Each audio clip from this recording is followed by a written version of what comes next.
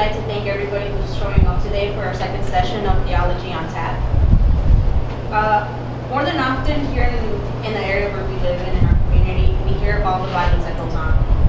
We hear about all our youth that's being killed, being involved in gangs, and just how the violence in Chicago is skyrocketing day after day. I don't know if many of you remember, those of you who have been living here in Chicago for a long time, it was nice and safe to be able to walk around the streets, and now most of us fear walking around the corner of our house. Well, today we have invited Father Dave Kelly to talk about where is God in the midst of the violence and chaos that we often experience in our neighborhoods. He's a Catholic priest of the Missionaries of the Precious Blood. He's also executive director of the Precious Blood Ministry on Reconciliation, and that's a project having to do with restorative justice in the Back of the Arts community. And this is something that's really important to me because I live in the Back of the Arts community, specifically on 47th and Honorary.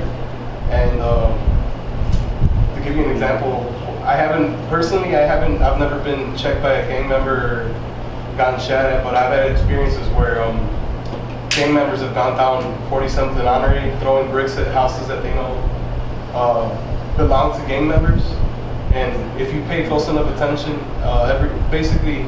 pretty much every night you can hear gunshots. So even though it hasn't affected my family personally, I've had friends that have, they're on wheelchairs now because they've gotten shot, either because they were gang members or they were just in the crossfire. So yeah, this is something that's really important. So Father Dave Kelly, his doctoral thesis is entitled Responding to Violence Among Urban Youth, a Restorative Approach. And I won't keep you guys waiting any longer. Without further ado, Father Dave Kelly, if you can please come up to the stand.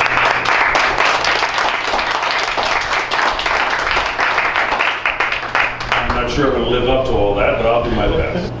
The small religious order worldwide, and one of our charisms is reconciliation. And for myself, I've been a priest for 34 years, give or take a year or two.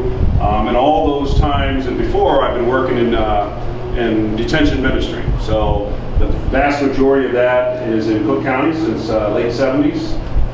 I've been working in Cook County Jail and Cook County Juvenile Detention Center.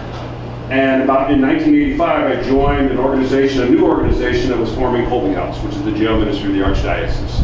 And I continue to work for the Colby House, which is the jail ministry. Primarily, I go to juvenile detention center, so I'm the Catholic chaplain of the juvenile detention center. I've been doing that since before most of you, maybe not Chief Father, but most of you have been alive. So a long time, all my adult life. At the same time, I've worked at a parish that is on a gang boundary. So if anybody knows Assumption Parish in Little Village, 24th in California, for 18, 19 years I was at that parish as well. And what Colby House is a parish-based jail ministry. So Colby House lives and breathes and moves at that parish. Because the thought was, and Larry Craig was the founder of Colby House, diocesan priest, what the thought was, one of the things people in jail need most is a sense of family. And so why not locate the jail ministry of the Archdiocese, not downtown or not at some pastoral center, but rather in a parish where people can have easy access to that. So all along at Colby House and in the parish, I've done both. And in my work at Colby House, and in particular in the Juvenile Detention Center, as you know, young people are oftentimes moved into the adult court. So you might be 14 years old, and if you are convicted of a certain kind of crime, or you are charged with a certain kind of crime, you are automatically thrown into the adult court. And so 14, 15, 16, 17-year-olds can receive many years, 50, 45 years. I'm dealing with a young man who is now 38, but I knew him when he was 14, and he has life without the possibility of parole. And in the state of Illinois, there are about 100 young people who got life without the possibility of parole as a juvenile. So they're only 14, 15, 16 years old. So I was accompanying these families as they would go through this court process and oftentimes lose their child, whom they loved tremendously, lose their child to incarceration. So I work with a mother who has a child locked up, and he's been locked up for 20-some years. He got locked up at 15, charged as an adult, and was given life without the possibility of parole. For so those 20-some years, she's been traveling mostly to Menard Correctional Center, which is 7 hours away from Chicago, to visit her son on a regular basis. At the same time, because I'm at this parish, and it's on this gang boundary, I did a lot of funerals for 16, 17, 18-year-olds. Because I'm in that community, and we as a church don't divide ourselves by gang lines, I would know both, oftentimes, both the one who did the harm and the one who was harmed. And too often, I would go to court with someone and feel torn because I didn't know which family to accompany. I wanted to accompany both of them. I'm a priest, I'm a faith-based person. I live in that community. They're both my neighbors, and yet this system, the criminal justice system in the United States, demands that we are in an adversarial relationship, one against the other. There's always a loser and a winner. But as a priest and as a person in the church, I didn't have that luxury to say, you know what, I'm just going to accompany you, but I'm not going to even deal with you if you're both in my parish. And so I would find these times and places in which I thought, this is just not right, this is not a good place. There's no healing that happens. The Precious Blood Ministry of Reconciliation is an alternative to incarceration. So we work with the courts, and the courts will send us young people in lieu of locking them up. So a young person gets in trouble, and normally the courts would then lock this young person up in juvenile detention center. But Precious Blood has a relationship with the courts to the point where we, instead of locking him up, we kind of bring him into our programming and kind of walk with him through mentoring, through drug treatment, through mental health kind of counseling, through a host of other programs that can kind of support him. And because we live and work in that community, we're part of his life, mostly as young men. So this is one of the alternatives to incarceration. So it's called Restorative Justice Hub. And this is a model that we've developed together with other folks and trying to create an organization within the community in which can respond to violence and crime. That doesn't have to rely on the police or the courts to respond to the violence and crime. Because there are children, there are neighbors, there are loved ones. And so even if they've done wrong, as a community, we have a responsibility and an obligation to reach out to them and try to hold them accountable, but do so in a caring and supportive way, as you would do your own child who gets into trouble. Restorative justice is a philosophy. It's a philosophy that we embrace because it's one of those things that allows us to live out the gospel message of reconciliation. And restorative justice is just this. It says, when there's harm done, when there's a crime, you ask the question, what was the harm and how do we repair the harm? The traditional criminal justice system in the United States says, what was the law that was broken, who broke it, and how can we punish them enough so they don't do it again? And let's do it really, punish them really a lot so that somebody else doesn't do it again. So it's all about retribution. It's all about trying to punish our way out of crime and violence.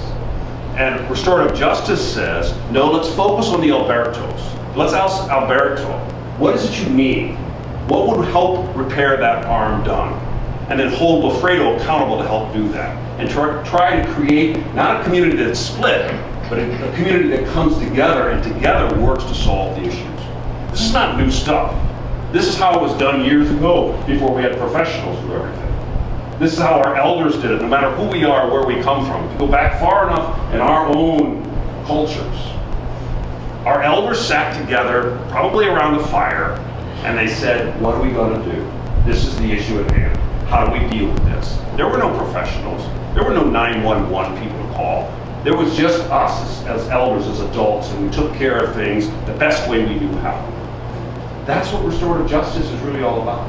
It's about empowering and helping the community to respond to what's going on around them. To not walk away or close the door, close the window or lock the door, but to engage people in a way that allows them to tell their fuller story. A young man came into the center and he was belligerent. He was disrespectful to staff, and so I was walking down the hall and I heard this, and I pulled him aside and said, now many people in that situation would say, get out. That's what schools do, that's what a lot of organizations do. But I said, Louis, let me talk to you a minute. And we went into the small computer room we had there, and we sat down by ourselves. I said, what is going on with you? What is all this? All this disrespect, all this swearing. He said, Father, and then tears started to come down. And he said, you know, I don't know what to do. My mom's out prostituting herself in the same neighborhood that I hang out. And he just sat there and he cried. Restorative justice doesn't just look at the issue at hand, the presenting issue, the disrespect, the belligerence. It goes deeper and looks underneath that, saying, why are you acting that way? What is it that makes you so disrespectful? And tries to allow the young person to deal with some of those issues. Hurt people hurt people. If you're filled with pain, if you're full of hurt, then you tend to lash out at people. And as a church, in my belief, our role is to help heal the hurt. Our role is to try to create an environment, a place, a space where people can gather and we can begin that healing process. There's 5 values, if you will, or pillars, if you will, of this restorative justice hub that I'm trying to explain. And it's not complicated. It's hospitality, welcoming. I mean severe, radical hospitality. People who don't feel welcome in schools or churches or other places. People who are on the corners, getting to know them, saying hello, what's up, how you doing? And say, you know what, if you need something, come and see me.